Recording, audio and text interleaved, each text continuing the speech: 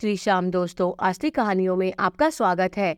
श्रावण मास महत्तम 23वां अध्याय, श्री कृष्ण जन्माष्टमी व्रत की कथा।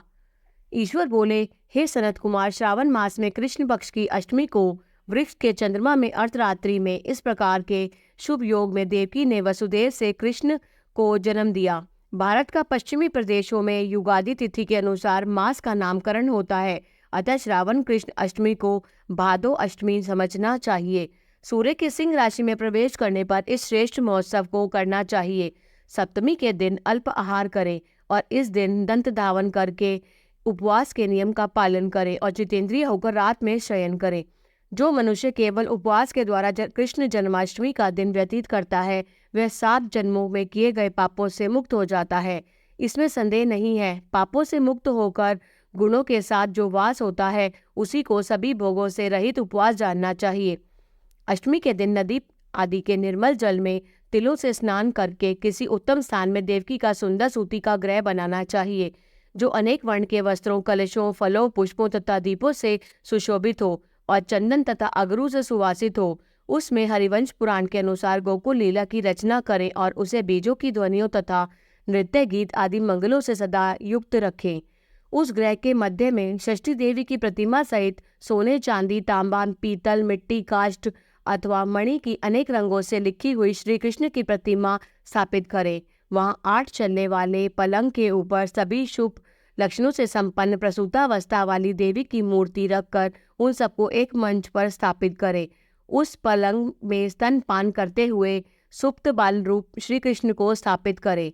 उस सूतिका ग्रह में एक स्थान पर कन्या को जन्म दी हुई यशोदा को भी श्री कृष्ण के समीप लिखे, साथ ही साथ हाथ जोड़े हुए देवताओं, यक्षों, विद्याधरों तथा अन्य देव योनियों को भी लिखें और वहीं पर खड़ग तथा ढाल धारण करके खड़े हुए वासुदेव को भी लिखें।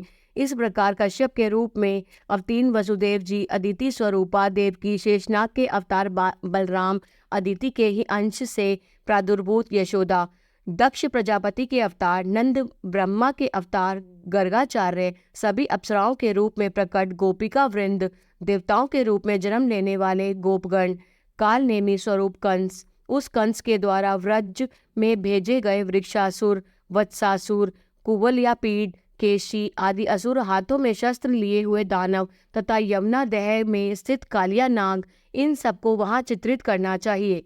इस प्रकार पहले इन्हें बनाकर श्री कृष्ण ने जो कुछ भी लीलाएं की हैं, उन्हें भी अंकित करके भक्तिपरायण होकर प्रयत्नपूर्वक 16 उपचारों से देवकी इस मंत्र के द्वारा उनकी पूजा करनी चाहिए।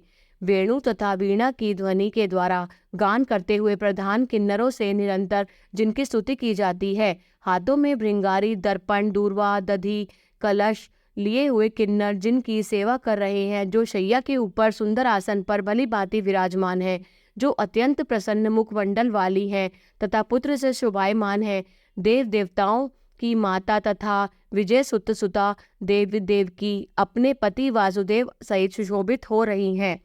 उसके बाद विधि जानने वाले मनुष्य को चाहिए कि आदि में प्रणव तथा अंत में नमः से युक्त करके अलग अलग सभी के नामों का उच्चारण करके सभी पापों से मुक्ति के लिए देवकी, वसुदेव, वासुदेव, बलदेव, नंद तथा यशोदा के पृथक पृथक पूजा करनी चाहिए।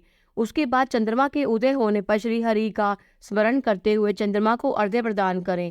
इस प्रकार कहना चाहिए, हे क्षीर सागर से प्रादुर्भूत, हे अत्रि गोत्र में उत्पन्न, आपको नमस्कार है। हे रोहिणी कांत, मेरे इस अर्घ्य को आप स्वीकार कीजिए। देवकी के साथ वासुदेव, नंद के साथ यशोदा, रोहिणी के साथ चंद्रमा और श्री कृष्ण के साथ बलराम की विधिवत पूजा करके मनुष्य कौन सी परम दुर्लभ वस्तु को नहीं प्राप्त कर सकता है। श्री कृष्ण जन्माष्टमी का व्रत 1 करोड़ एकादशी व्रत के समान होता है। इस प्रकार से उस रात पूजन करके प्रातः नवमी तिथि को भगवती का जन्म महोत्सव वैसे ही मनाना चाहिए जैसे श्री कृष्ण का हुआ था। उसके बाद भक्ति पूर्वक ब्राह्मणों को भोजन कराना चाहिए और उन्हें जो जो अभीष्ट हो गौ धन आदि प्रदान करना चाहिए। उस समय यह कहना चाहिए, श्री कृष्ण मेरे ऊपर प्रसन्न हो। गौ तथा ब्राह्मण का हित करने वाले आप वासुदेव को नमस्कार है, शांति हो, कल्याण हो, ऐसा कहकर उनका विसर्जन कर देना चाहिए। उसके बाद मौन होकर बंधु बांधवों के साथ भोजन करना चाहिए। इस प्रकार जो प्रत्येक वर्ष विधान पूर्वक श्री कृष्ण तथा भगवती का जन्म महोत्सव मनाता है, वह यथोक्त फल प्राप्त करता है।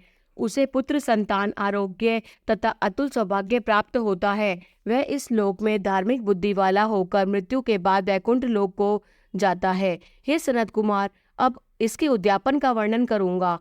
इसे किसी पुण्य दिन में विधि पूर्वक करें। एक दिन पूर्व एक बार भोजन करें और रात में हृदय में विष्णु का स्मरण करते हुए शयन करें। इसके बाद प्रातःकाल संध्या आदि कृत्य संपन्न करके ब्राह्मणों स्वस्ति वाचन कराएं और आचार्य का वर्ण करके ऋत्विजों को पूजा करें।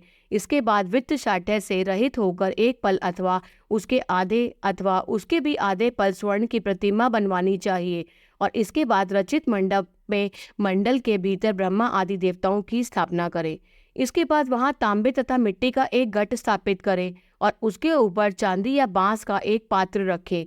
उसमें गोविंद की प्रतिमा रखकर वस्त्र से आच्छादित करके व्यक्ति 16 उपचारों से वैदिक तथा तांत्रिक मंत्रों के द्वारा विधिवत पूजन करें।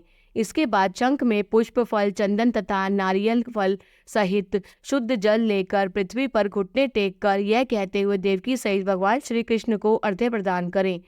कंस के वध के लिए, पृथ्वी का भार उतारने के लिए, कौरवों के विनाश के लिए तथा दैत्यों के संहार के लिए आपने अवतार लिया है। हे हरे, मेरे द्वारा प्रदत्त इस अर्घ्य को आप देवकी सहित ग्रहण करें। इसके बाद बुद्धिमान को चाहिए कि चंद्रमा को पूर्वोक्त विधि से अर्घ्य प्रदान करें। पुनः भगवान से प्रार्थना करें, हे जगन्नाथ, हे देवकी पुत्र, हे प्रभु, हे वसुदेव पुत्र, हे अनंत, आपको नमस्कार है। भवसागर से मेरी रक्षा कीजिए। इस प्रकार देवेश्वर से प्रार्थना करके रात्रि में जागरण करना चाहिए। पुनः प्रातःकाल शुद्ध जल में स्नान करके जनार्दन की पूजन खीर, तिल और घृत से मूल मंत्र के द्वारा भक्तिपूर्वक 108 आहुति देकर पुरुष सूक्त से हवन करें और पुनः इदम विष्णुर्वी चक्र में इस मंत्र से केवल घी की आहुतियाँ देनी चाहिए। पुनः पूर्णाहुति देकर तथा हेम शेष संपन्न करके इसके अनंतर आभूषण तथा वस्त्र आदि से आचार्य की पूजा करनी चाहिए। उसके बाद व्रत की संपूर्णता के लिए दूध देने वाली सरल स्वभाव वाले बछड़े से युक्त उत्तम लक्षणों से संपन्न सोने के सींग, चांदी के खुर और कांस्य की दोहनी, मोती की पूंछ, तांबे की पीठ तथा सोने के घंटे से अलंकृत की हुई कपिला गौ को वस्त्र से आच्छादित करके दक्षिणा सहित दान करना चाहिए। इस प्रकार दान करने से व्रत संपूर्णता को प्राप्त होता है। कपिला गौ के अभाव में अन्य गौ भी दी जा सकती है। इसके बाद ऋत्विजों को यथा योग्य दक्षिणा प्रदान करें। इसके बाद 8 ब्राह्मणों को भोजन कराएं और उन्हें भी दक्षिणा दें। पुनः सावधान होकर जल से परिपूर्ण कलश ब्राह्मणों को प्रदान करें और उनसे आज्ञा लेकर अपने बंधुओं के साथ भोजन करें। हे ब्रह्मपुत्र, इस प्रकार व्रत का उद्यापन कृत्य करने पर वह बुद्धिमान मनुष्य उसी क्षण पाप रहित हो जाता है और पुत्र पौत्र से युक्त तथा धन धान्य से संपन्न होकर बहुत समय तक सुखों का उपभोग कर अंत में वैकुंठ प्राप्त करता है। इस प्रकार श्री स्कंद पुराण के अंतर्गत ईश्वर सनत कुमार संवाद में श्रावण मास महात्म्य में श्री कृष्ण जन्माष्टमी व्रत कथन 23वां अध्याय पूर्ण हुआ। जय श्री श्याम।